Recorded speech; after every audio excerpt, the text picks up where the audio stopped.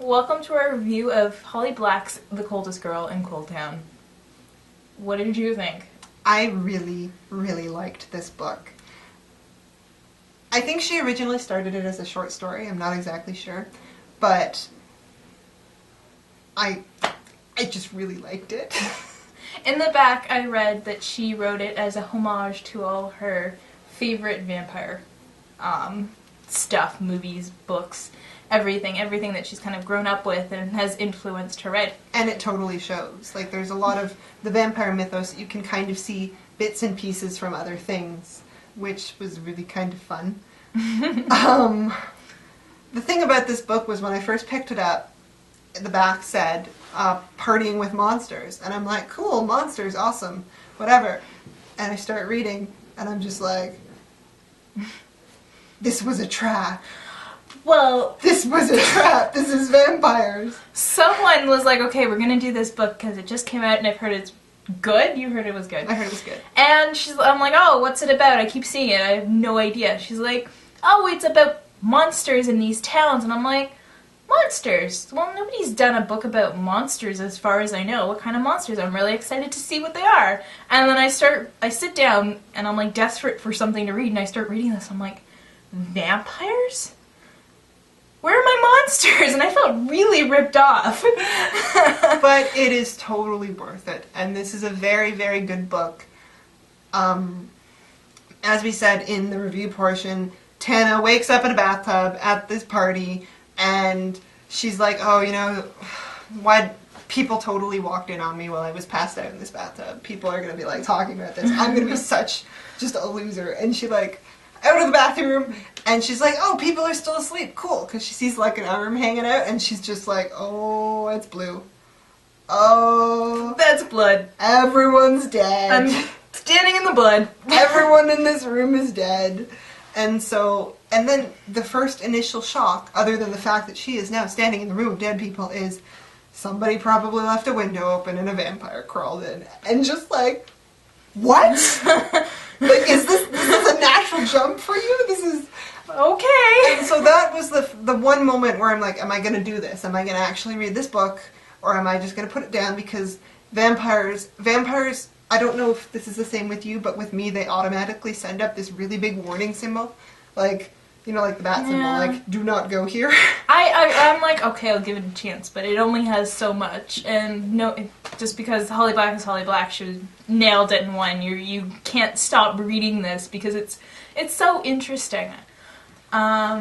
Basically, our basic plot structure, just so we get this out of the way, is after Tana goes through the house, she finds her ex-boyfriend and another vampire tied up in a room. They escape, but she kind of accidentally gets grazed by a tooth. There are other vampires who, they're trying to climb out the window and this other vampire grabs her leg and kind of like tries to bite her or something. Yeah, but he misses and kind of grazes her. So they drive off and she's like, well, now I've got to check myself into a Coldtown because like I don't want to endanger my family because her mom got bitten and ended up... That's a very big part of her backstory, is the fact that her mother was an artist and her mother was at a party and comes back and she's been bitten, and instead of sending her away to a Coldtown, her father locks her in the basement and just screaming and crying and hearing all of this, and finally young Tana caves and goes to let her out and gets this nice beloved beautiful scar on her arm. Yeah. And so there's this constant comparison between Tana and her sister, because Tana's just like, vampires, no.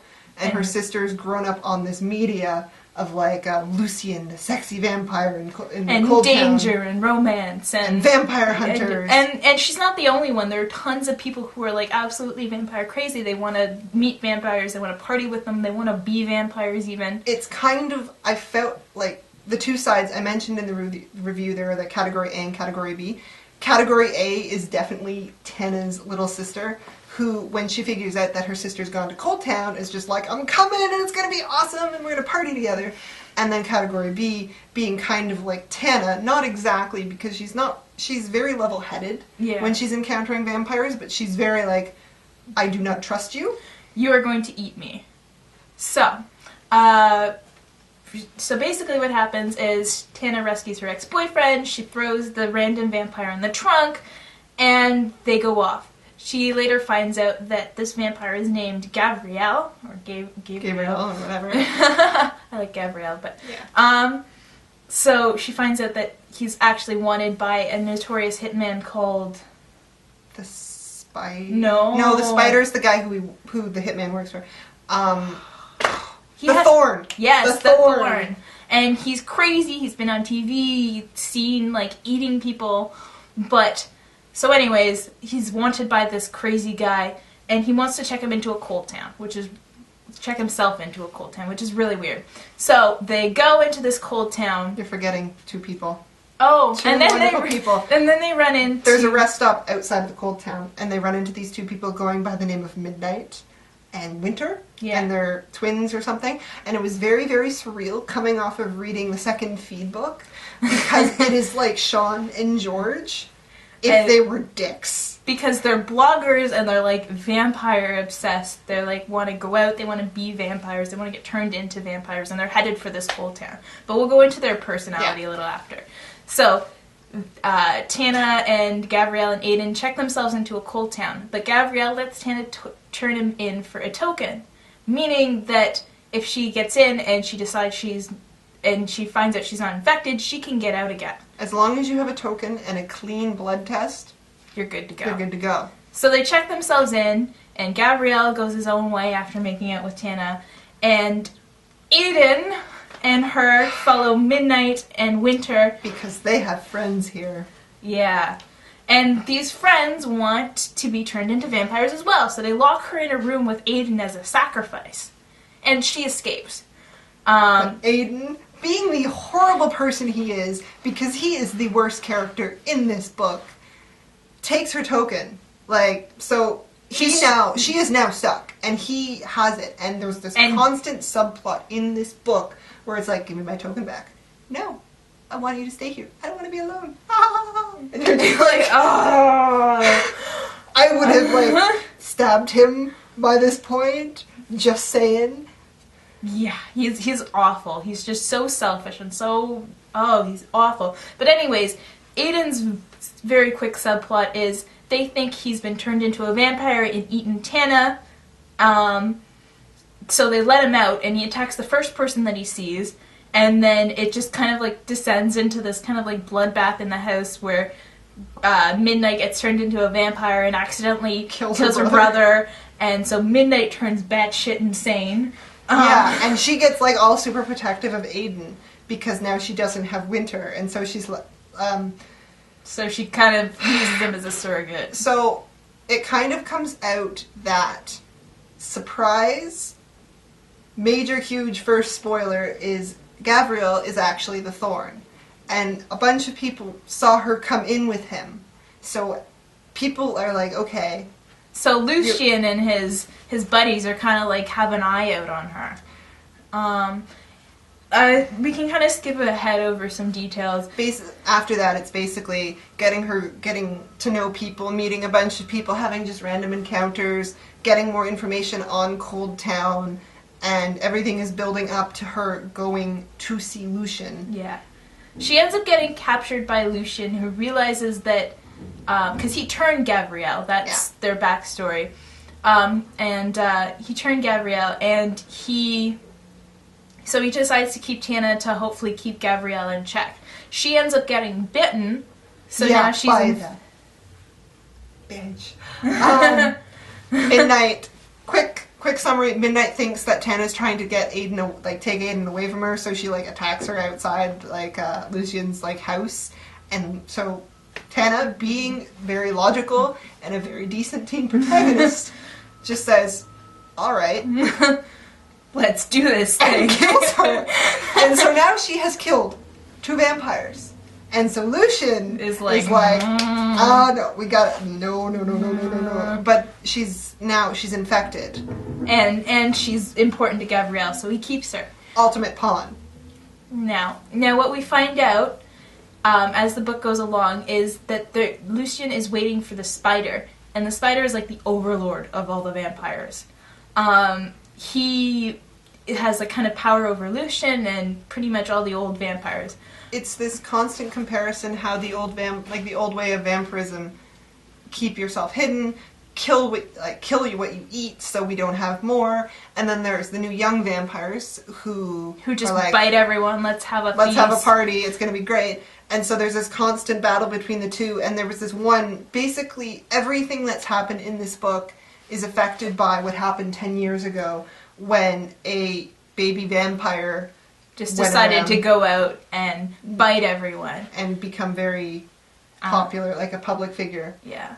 Lucien had actually bit this baby vampire and let him go because he was trying to, like, poke Gabrielle and it was trying to piss him off. And Gabrielle, who was the thorn, was sent after this guy and didn't kill him for some reason. So Gabrielle has spent years being tortured by the spider.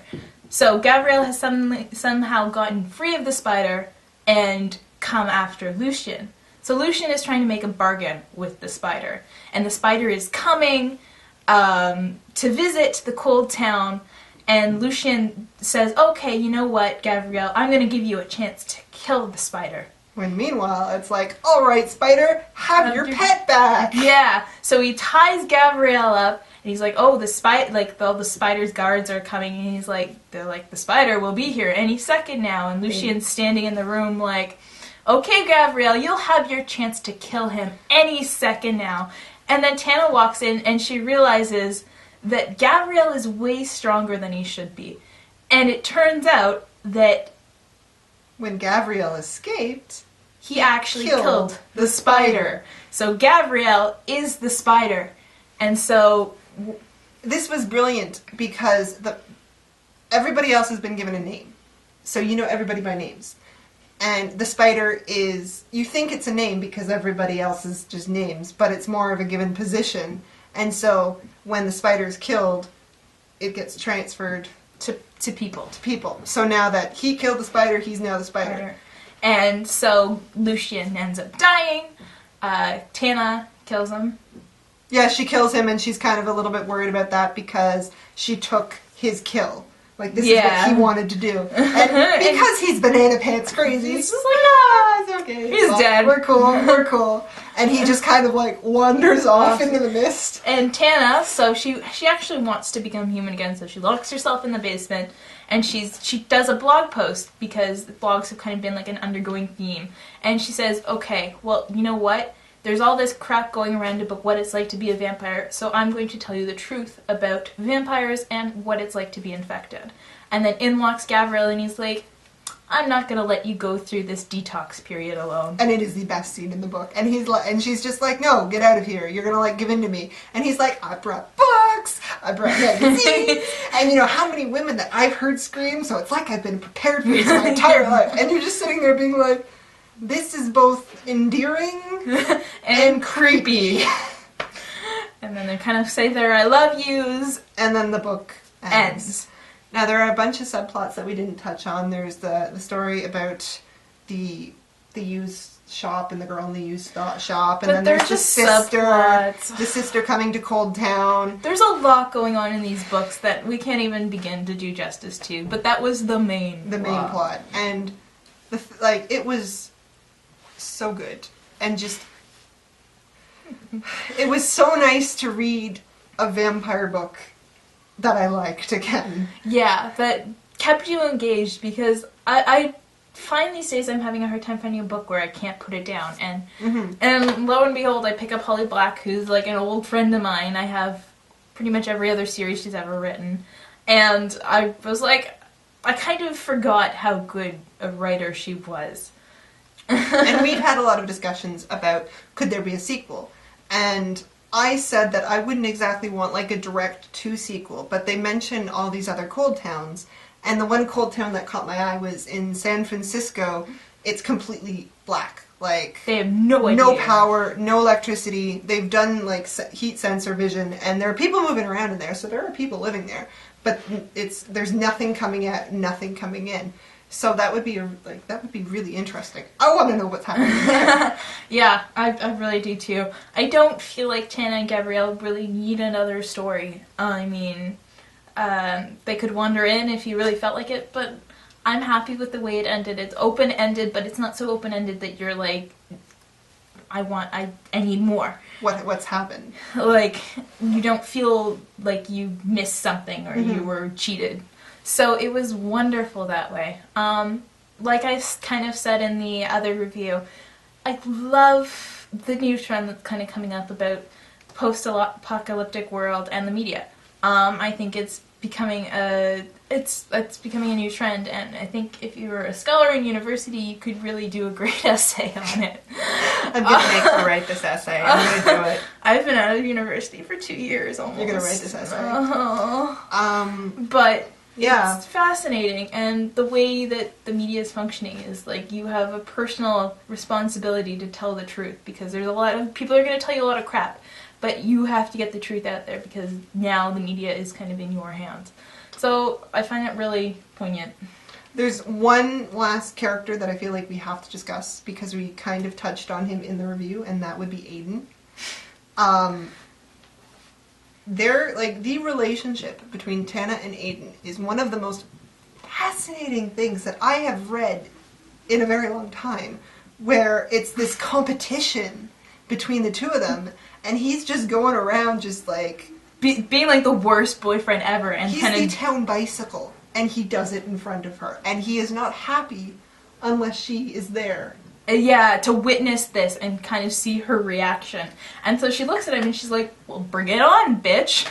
And so he's like, the last straw, they're at this party, and he brings her over to this guy, and he's like, you want to make it with my girlfriend?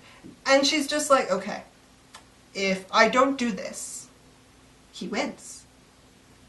If I do this, he's not going to expect it.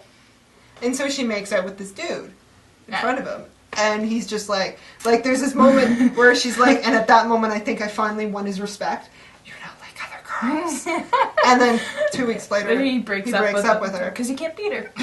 And it's kind of, before this is explained a little bit later on in the book, but it's kind of alluded to in the very beginning, where she's like, oh, Aiden was there with his girlfriend, and he wanted us to make, like, his girlfriend and me to make out. And you're just like... What? In a way, it feels very kind of real, because you don't... It's kind of one of those weird relationships that you would probably only run into in real life. You're like, you're not gonna find this kind of relationship in any other teen book. And he's just he's selfish. He's so selfish. And he comes out on top. And that, like, pisses it's very you off. realistic, but it pisses you off. Like, because he does one good thing. And when Tana's sister comes wandering into Coldtown, he finds her. And picks her up and saves her. And gives, like, here, Tana, have your sister back. And he kind of apologizes, and you're like, no! I was very angry at you, and I'm still angry. And he's just like, yeah, let's all party. And you're just like, no, you should be put in the corner. You should be forgotten about. I am never talking to you again. So, yeah, and it was nice to have, like, an actually insane character. Yeah, like, this wasn't the whole, I'm faking my madness, or, I'm totally crazy, guys, like, look at me, I'm crazy. Shut up. Shut up. Hamlet can be read that he's either crazy or he's not. We've gone over this. But, like, he is crazy. Like, you're reading what he's saying, and there is, like, everything that has happened to him. He's been tortured for years. He's had his, like, insides ripped out and examined. Like, some of the stuff he says, like, as we've, like, the whole, I've heard lots of ladies scream. You're just like, okay. And Tana is just so, like, this guy can rip my throat out. Like, he probably might, like, just for no reason. It's like traveling with a tiger. You don't poke it. And he just kind of, like, does whatever he wants. He's, like, kind of sits on the car, like, oh, I'm kind of having fun. Yeah, that's great. He's just like, I'm enjoying myself. Didn't expect this. Thanks for saving me. Like, and, like, his reason for traveling with her and, like, liking her is just that, you know, you are the first person who's done something nice for me. Yeah. In a long time. So, you know what? I'm just gonna stick with you for a while. I like you. And it was good. I like that motive. And he never changes. It's never the whole, he's fixed through love. He is damaged goods, but he's entertaining damaged goods. And he might be okay with not ripping her throat out, so, you know. And, like, I like how she mentions at the end when they're sitting there and she's like, I'm gonna do this, I'm not gonna be a vampire and you're not gonna make me into a vampire. He's like, maybe I will. We'll see how it goes. And you're just like, yes. Okay. So yes, Coldest Girl in Coldtown. Read it. Love it. Tell us what you think about it. Because we thought it was brilliant, and we kind of want more. Yeah. But if you have any other really good books like this, we'd like to hear about those Yes, too. please. Please tell us your good books. You're being creepy again. Yes, we are. Alright, so let's end this before this gets even creepier. Night. Good night.